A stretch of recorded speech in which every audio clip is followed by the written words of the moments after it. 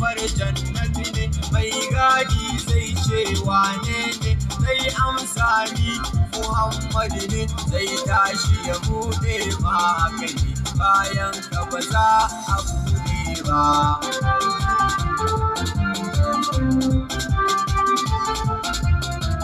Wallahi Muhammad yayi daban a cikin manzanni, yayi daban a cikin annabawa, yayi daban kyawunsa ko ya zarcewa daban, na daban ne shi matsayinsa daban, ya ce bai motsa kudura ba.